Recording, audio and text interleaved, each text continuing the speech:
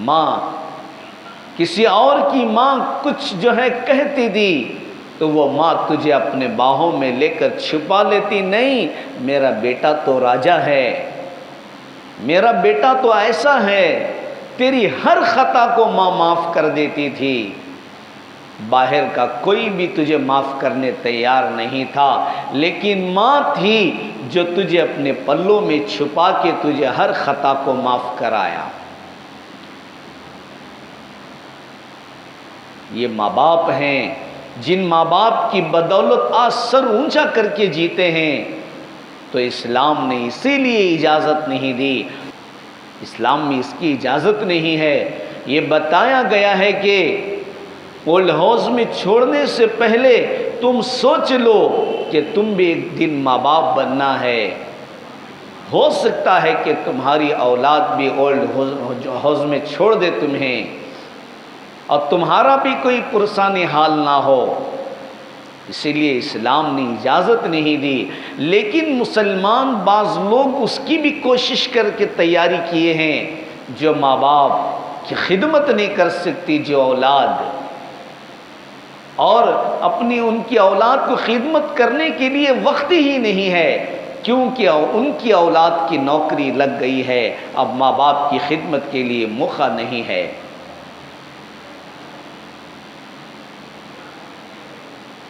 تو اسلام نے یہ اجازت نہیں دی کہ اولڈ ہاؤس بنایا جائے، تو یہ اجازت یہ دی کہ تم اپنے ماں باپ کی خدمت کرو، مرتے دم تک خدمت کرو، جب تمہارے والدین دنیا سے چلے جائیں تو ان کے لیے مغفرت کی دعا کرو، یہاں تک کہ ان کی قبر کے پاس بھی جا کر تم دعا کرو۔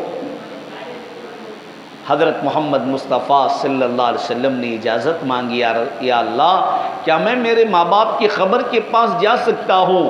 ہمارے نبی کو بھی اجازت دے دی گئی کہ ہمارے نبی بھی اپنے ماں باپ کی قبر کے پاس جا کر دعا کریں۔ آج ہم کوئی کام چھوڑنا نہیں چاہتے دنیا کا اپنے ماں باپ کے لیے، کیونکہ دنیا میں جہاں ہماری واہ واہ ہو رہی ہے، جہاں تمہاری ناک اونچی کی جا رہی ہے، اب تم اپنے ماں باپ کو اس ناک لے جا کر اپنے ماں باپ کی خدمت کرنا نہیں چاہتے۔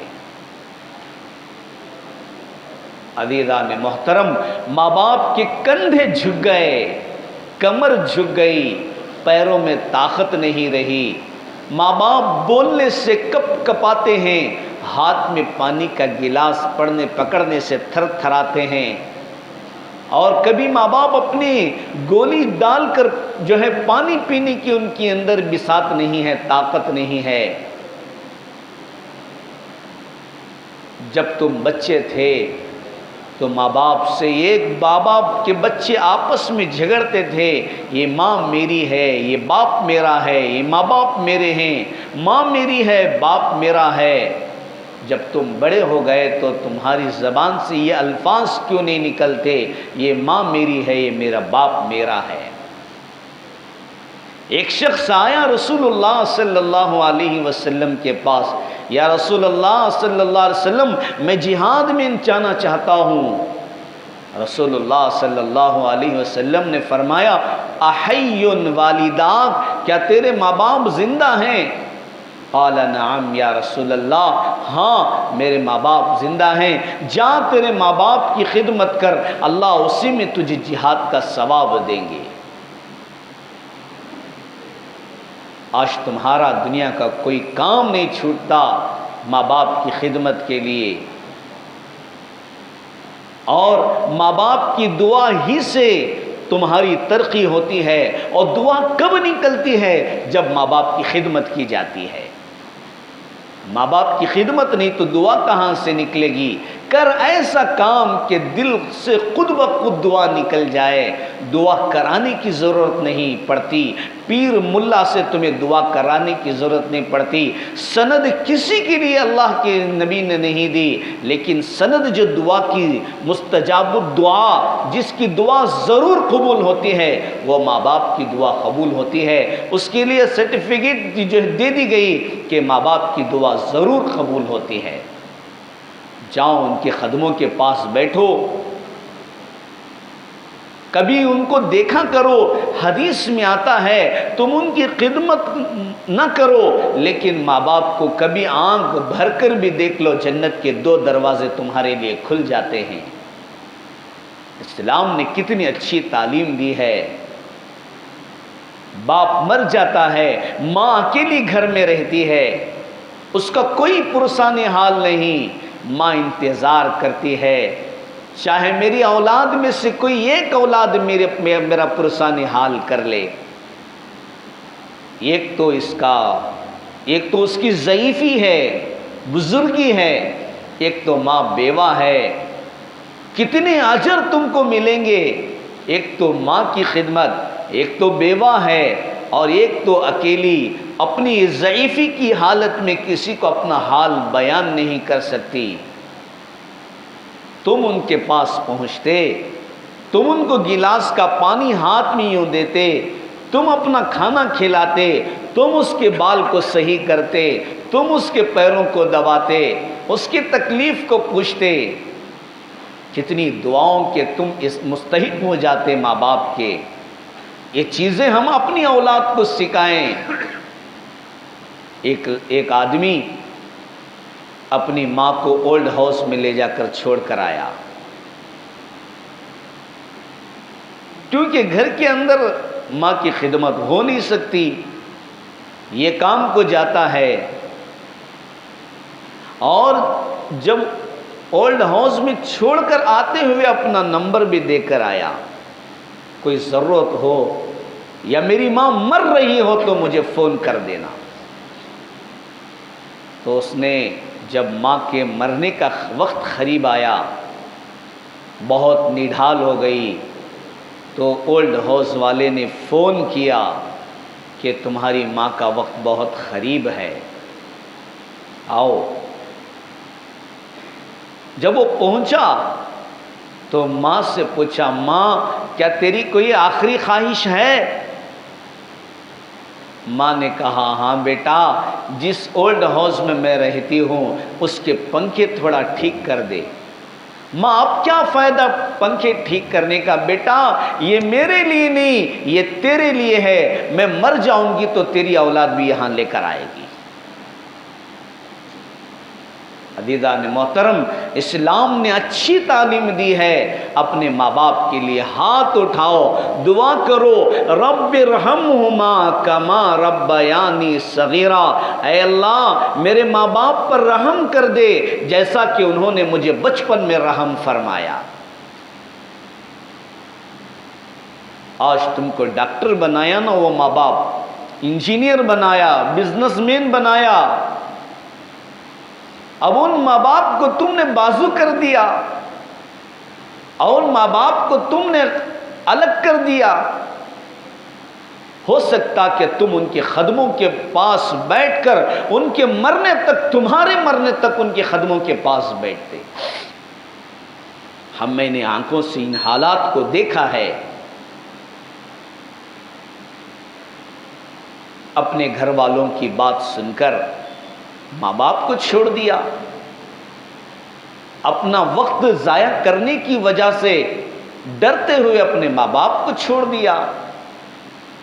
عزیزان محترم، ایسا نہ کرنا، اسلام اس کو منع کرتا ہے، اور اسلام کہتا ہے کہ سب کی سزا وہاں ملے گی، ماں باپ کو ستانے کی سزا یہاں ملے گی۔ یہ تو پکا ہے، ماں باپ کو ستانے کی سزا یہاں ملتی ہے، اور وہ سزا دنیا میں بھگت کے جاتا ہے۔ اس لیے اللہ کے نبی صلی اللہ علیہ وسلم کے پاس ایک آدمی آیا کہ اس نے کہا، یا رسول اللہ میرے ماں باپ کو میں حج کرا کر لایا۔ کیسے کرایا؟ اے میرے پیارے مصطفیٰ صلی اللہ علیہ وسلم، میری ماں کو میں نے اپنے کندھوں پہ اٹھایا، میں نے کعبے کا طواف کیا، صفا مروہ کی سعی کیا، میں نے پوری کوشش کیا، اور میری ماں کو میں نے حج کرایا۔ کیا میرے ماں باپ کا حق ادا ہو گیا؟ رسول اللہ صلی اللہ علیہ وسلم نے فرمایا جس دن تو پیدا ہوا تھا اس دن تیری ماں نے جو آہ کہا تھا اس آہ کا بدلہ تو نہیں دے سکا۔ حالات ہیں آج کے، آج آپ پر کیوں مسلط ہیں؟ کیونکہ آپ کے اوپر تم نے اپنی بیوی کو ماں باپ کے اوپر مسلط کر دیا۔ ان کی صبح کیسی، ان کی شام کیسی، ان کے دن کیسا، ان کی رات کیسی، ان کا مہینہ کیسا، ان کی سال کیسا۔ عزیزان محترم، یہ حالات ہیں، یہی حالات ہیں جس کی وجہ سے ہم آج پریشان ہیں۔ ترقی چاہتے ہو، علم کی بڑھوتری چاہتے ہو، اور تمہارے اندر علم میں کمال آئے، تمہاری کمائی میں برکت آئے، تو کیسے آئے گا؟ کیونکہ تم نے اپنے ماں باپ کو رسوا کر کے رکھا ہے، دنیا میں پریشان کر کے رکھا ہے اپنے ماں باپ کو۔ جیتے جی بھی تم ان کی سکون نہیں پاؤ گے، اور مرنے کے بعد تو تمہارا سکون ختم ہونے والا ہے۔